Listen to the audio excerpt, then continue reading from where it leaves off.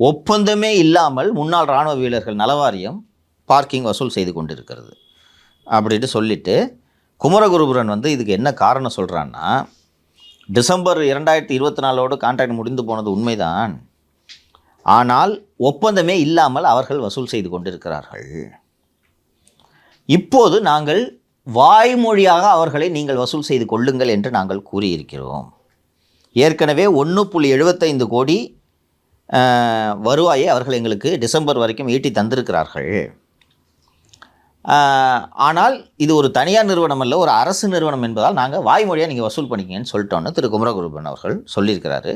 இது தொடர்பாக எவ்வளோ வசூல் பண்ண என்னன்றதுக்கெலாம் எழுத்துப்பூர்வமாக ஒரு உத்தரவு பிறப்பிக்கப்படும் சொல்லியிருக்காரு. நீங்கள் 2 பேருமே பட்டதாரிகள், அரசு நிர்வாகம் குறித்து ஓரளவுக்கு விவரம் அறிந்தவர்கள்.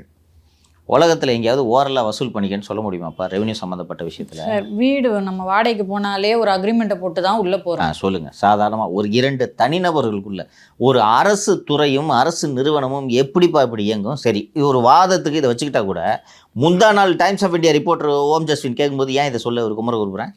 டைம் தேவைப்பட்டிருக்கு யோசிக்கிறதுக்கு.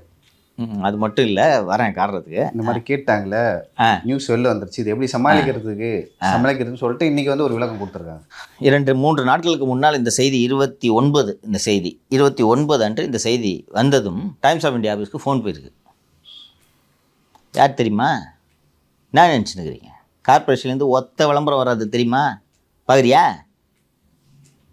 இப்படி யார் பேசியிருப்பார்? திரு சேகர் பாபு. கரெக்டாக சொல்கிறீங்க. நீங்கள் குளத்தூர்ற தன்ராஜ் ஆடியோவுக்கு ஃபேன் ஆகிட்டீங்கன்னு நினைக்கிறேன். அவர் தான் பேசியிருக்கிறார். விளம்பரம் வராது தெரியுதா?